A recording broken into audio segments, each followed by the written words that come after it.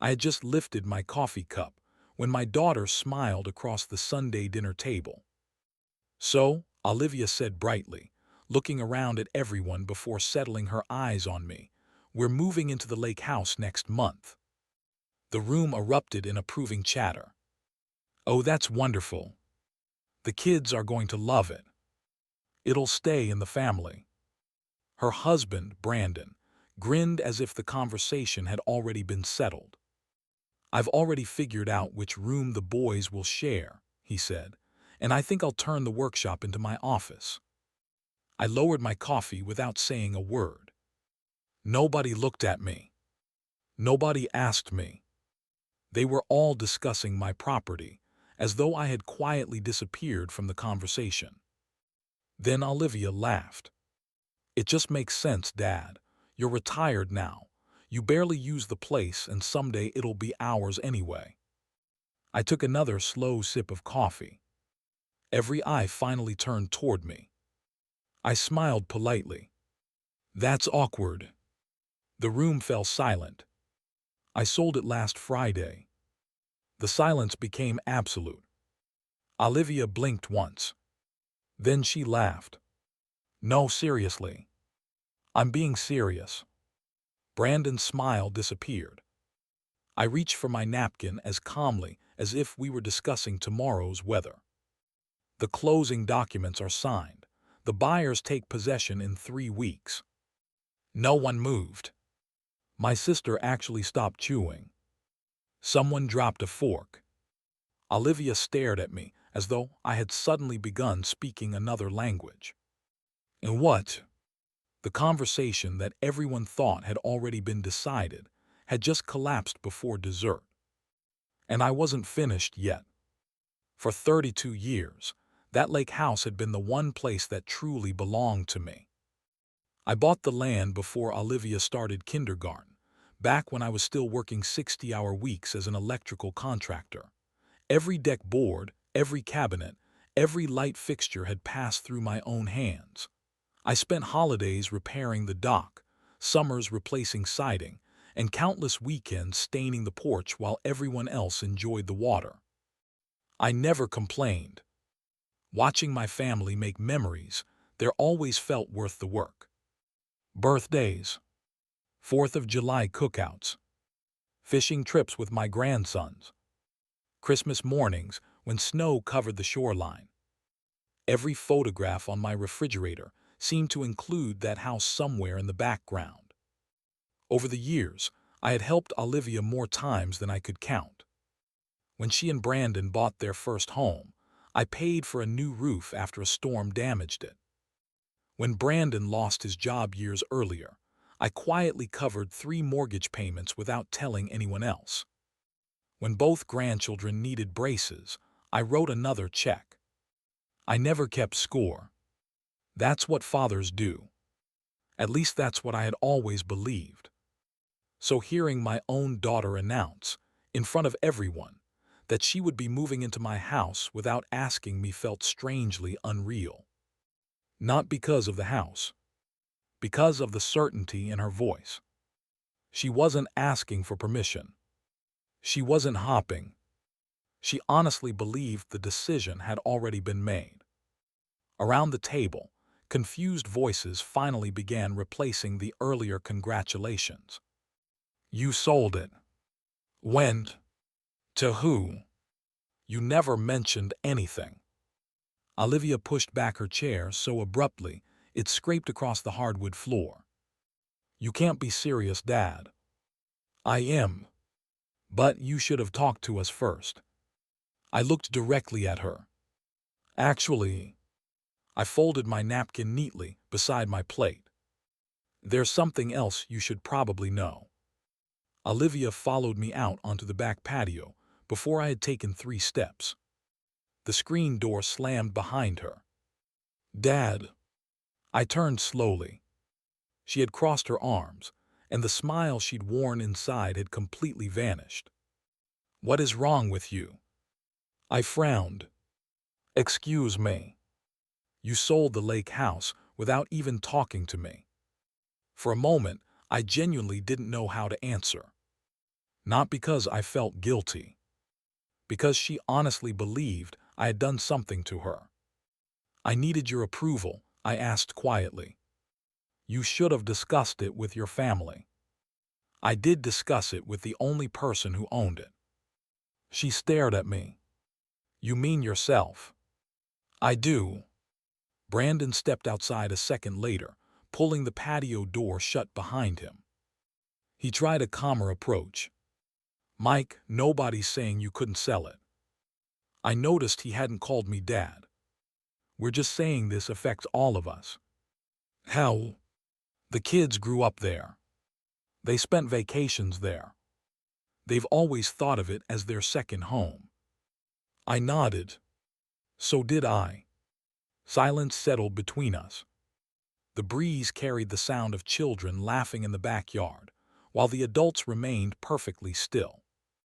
I rested my hands on the porch railing. I bought that property 32 years ago. Neither of them spoke. I cleared half those trees myself. I built the dock after work every evening for 2 summers. I rewired the cabin twice. When the roof leaked, I climbed up there in November. When storms damaged the shoreline, I repaired it. I paid every tax bill, every insurance payment, every repair. Olivia sighed impatiently. I know all that. Do you? She hesitated. I appreciate everything you've done. But now you're retired. She said it as though the answer should have been obvious. You don't need 2 houses anymore. I looked at her carefully. I don't.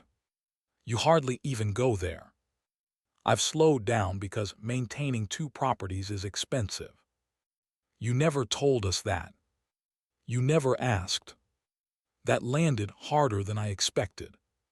For just a second, Olivia looked away. Then Brandon stepped in again. We would have helped. I raised an eyebrow. When? He opened his mouth. Nothing came out.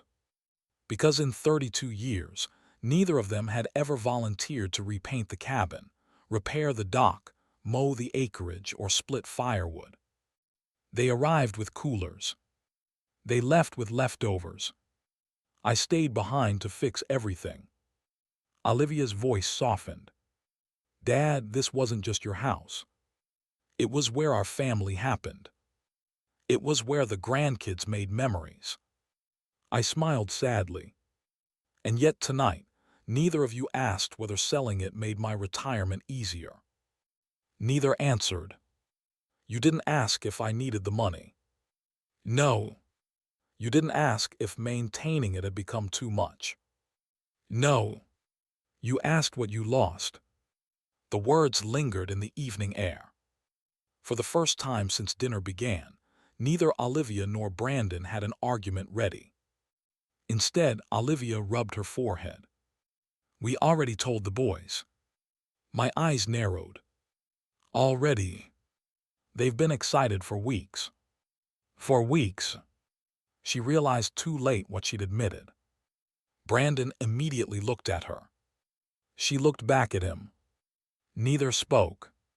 Something shifted inside me. Little moments from the past several months suddenly began fitting together. Olivia asking where I kept the spare keys. Brandon measuring the garage door out of curiosity. Questions about internet service. Whether the upstairs bathroom had ever been remodeled. At the time, I'd thought they were making conversation. Now those questions sounded very different. I looked at both of them. You weren't hopping to move into that house. My voice stayed calm. You expected to. Neither one answered. And in that silence, I realized this announcement at dinner hadn't been an impulsive fantasy. It had been the final step in a plan that had started long before any of us sat down for Sunday dinner. By Monday morning, my phone had already rung 6 times.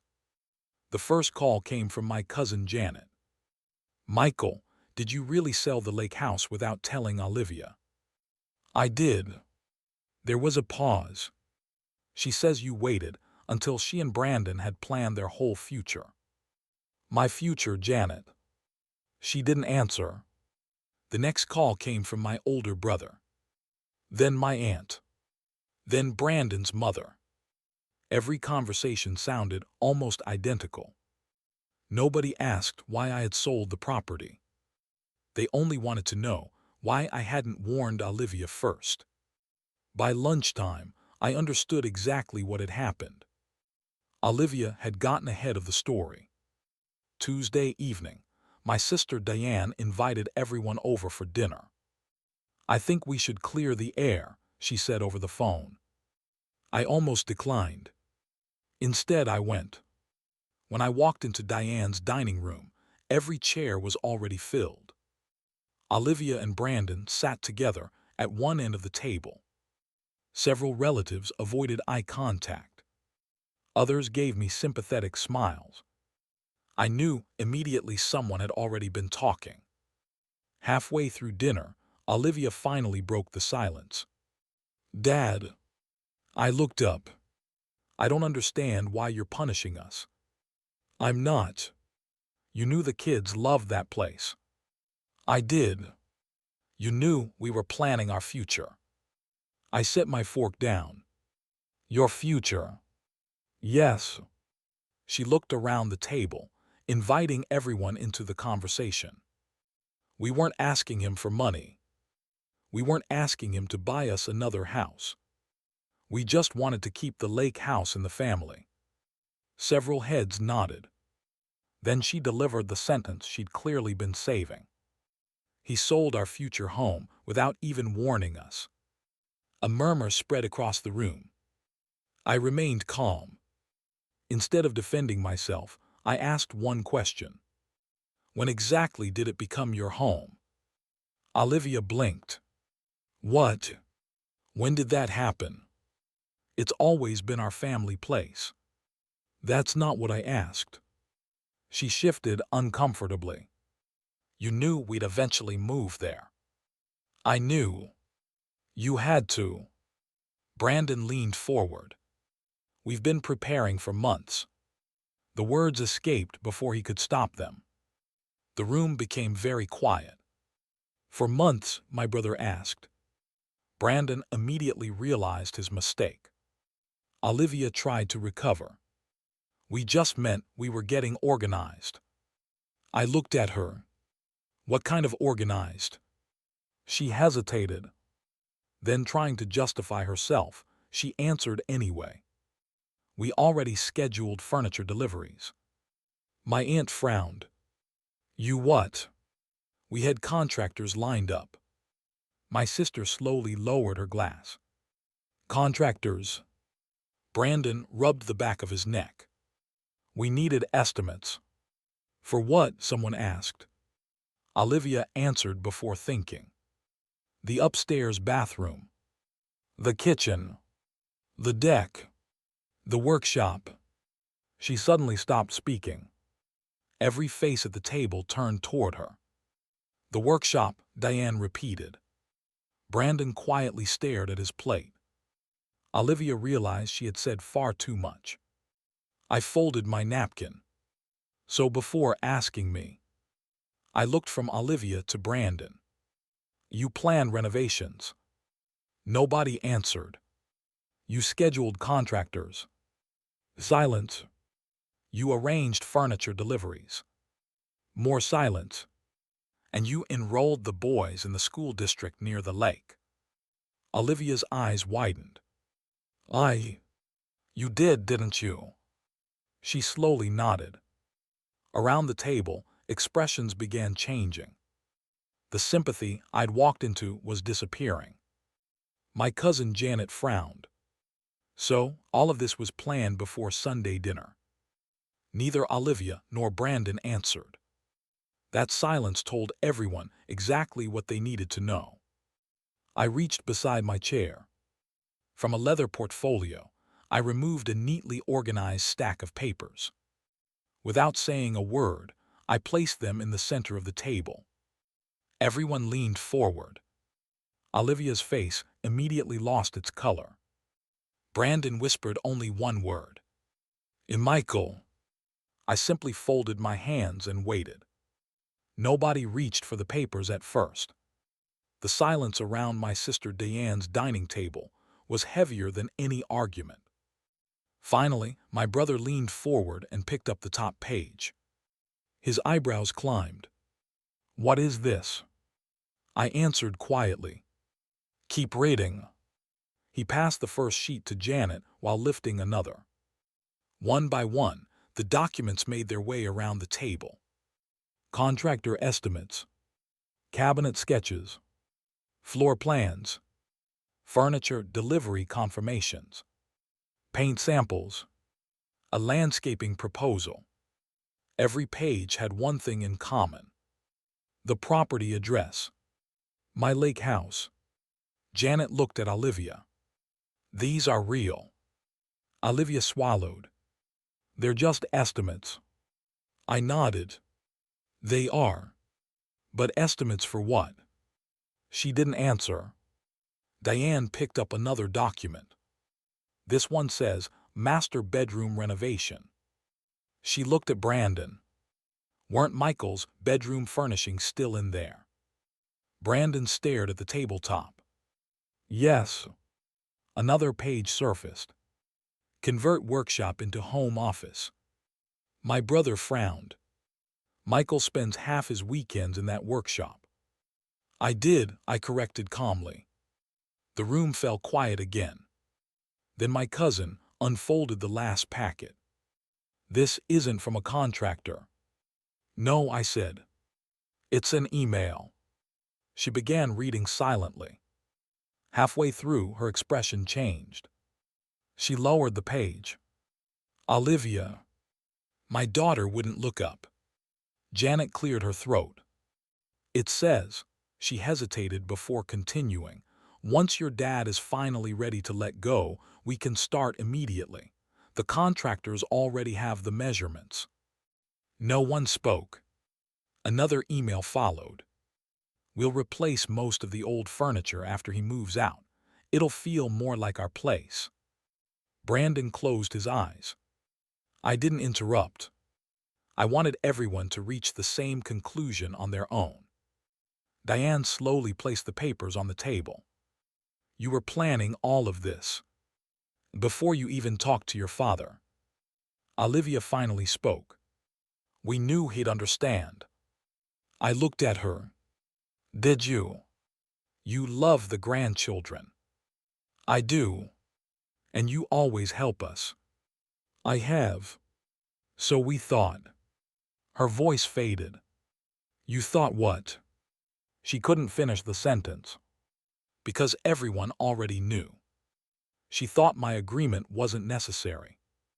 My ownership was simply temporary. I reached into my portfolio once more.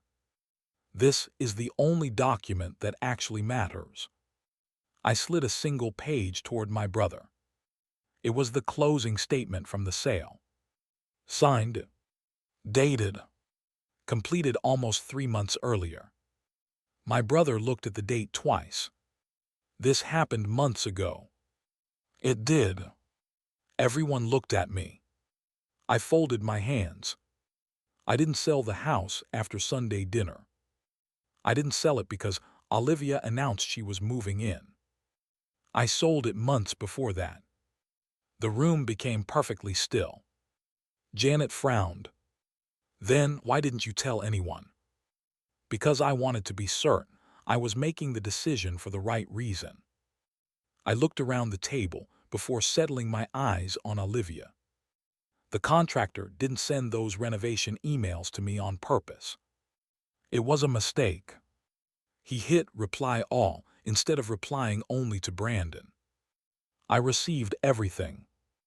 The renovation schedules, the measurements, the delivery timelines, the conversations about replacing my furniture, the plans for my workshop. I paused, and not one message asked whether I'd agreed. Brandon buried his face in his hands. I realized something that afternoon. I spoke calmly, without raising my voice. My daughter wasn't waiting for me to make a decision. She had already made it for me. No one interrupted. I could have confronted them. I almost did. Instead, I called a realtor. Several relatives exchanged surprised looks. I figured if the house had already stopped being my home in their minds, then it deserved owners who actually wanted to buy it. I smiled faintly. A retired school teacher and her husband toured it the following week. They cried while standing on the back deck. They talked about teaching their grandchildren to fish. They admired every repair instead of discussing what they'd tear out. They wanted the house. They didn't feel entitled to it. I accepted their offer. Not because it was the highest, because they appreciated what it had taken to build. Across the table, Olivia finally looked at me. Her eyes were red. "Dad." Her voice cracked. "I never meant." I gently shook my head. "I know exactly what you meant." Before she could answer, my brother quietly asked the question everyone had been thinking. "So," he looked at the closing statement again. "When did you actually decide to sell?" I looked at my brother for a long moment before answering. The day those emails landed in my inbox. No one spoke. I remember sitting at my kitchen table, reading every single one. I gave a small, humorless smile. The first few pages confused me. The next few made me uncomfortable. And by the time I reached the last email, I looked at Olivia. I realized something had changed between us. She lowered her eyes. I wasn't reading about people hopping I'd make a decision. I was reading about people waiting for me to get out of the way. The words hung over the table. I didn't raise my voice. I didn't accuse anyone. I simply told them what I had seen. I spent 2 weeks asking myself whether I was overreacting. I even went back to the lake house. I walked every room. I sat on the dock until sunset. I kept hopping. I'd convince myself those emails didn't mean what they sounded like. I paused, but every time I thought about them, I remembered that not one message said, "Let's ask your dad." Not one. Olivia wiped at her eyes. I was excited. "I know. I wasn't trying to hurt you. I believe that." She looked surprised by my answer. I continued. "But intent doesn't erase entitlement." She opened her mouth, then closed it again. "You skipped the most important step." Which was, "You forgot I was still alive." The sentence hit the room like a stone dropped into still water. No one argued. No one defended her. Because there wasn't anything to defend. Brandon finally looked at me. "I'm sorry." It wasn't loud. It wasn't dramatic. It was simply honest. "I should have stopped all of it." "You should have." I kept telling myself we'd talk to you eventually. I nodded. "But you didn't." He shook his head. "No. I let the planning become real before we ever had your permission." For the first time that evening, I believed he understood what the problem had actually been. It had never been about a house. It had been about respect. My sister Diane leaned back in her chair. "I owe you an apology." Several heads turned toward her. I believed Olivia. "So did I," Janet admitted. "I thought you were making an emotional decision." "I thought retirement had made you impulsive," my brother added quietly. I smiled. "I don't blame any of you. You only knew one version of the story." Olivia slowly stood. She looked around the table before speaking. "I told everyone Dad sold the house without warning us." She took a shaky breath. "I never told anyone we'd already planned renovations. I never mentioned the contractors. I never mentioned the school transfers. I left all of that out. Her voice cracked. I'm sorry. Not just to me. To everyone. The following week, the consequences became real. The furniture company kept part of their deposit. The contractor charged a cancellation fee after holding weeks on his schedule. The landscaping company billed them for completed design work. The school transfer paperwork had to be withdrawn. None of it ruined them financially. But every canceled plan reminded them that assumptions can become expensive. Far more expensive than simply asking one respectful question. 3 weeks later, I drove to the lake house one last time. The moving truck belonging to the new owners was parked in the driveway. Margaret and her husband, Tom, were unloading boxes together. When they saw me, they waved immediately. "You made it," Margaret called. I wanted to say goodbye. She smiled. "You'll always be welcome here." I believed her. Tom walked me onto the back deck. "We're keeping the workshop exactly the way you built it." I couldn't help smiling. "You don't want to remodel it?" He looked genuinely surprised. "Why would I? It's perfect." I laughed. For the first time in months, the laughter felt effortless. Before leaving, Margaret handed me a framed photograph. She had printed the picture the realtor had taken of me, standing on the dock the day we signed the papers. "We thought you should have this." I looked at the photograph for several seconds before quietly thanking them. As I drove away, I didn't feel like I'd lost a home. I felt like I had finally let go of a burden I hadn't realized I'd been carrying.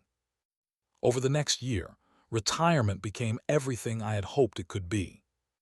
I downsized into a comfortable home that didn't require endless repairs. I joined a local fishing club. I volunteered with Habitat for Humanity twice a week, helping young families build houses they could truly call their own. I even took the cross-country road trip I'd postponed for nearly 20 years. For the first time since my 30s, my weekends belonged to me. Olivia and Brandon slowly rebuilt our relationship. Not with expectations, with invitations. When they wanted to visit, they asked. When they needed help, they explained why instead of assuming. The biggest change wasn't in them. It was in me. I learned that saying no didn't make me a bad father. It made me an honest one. I stopped confusing generosity with obligation. I discovered that healthy boundaries don't push family away. They teach family how to stay close. Sometimes the most loving thing a parent can do is refuse to become invisible inside their own life. Children may someday inherit what their parents choose to leave them, but they should never mistake tomorrow's inheritance for today's ownership.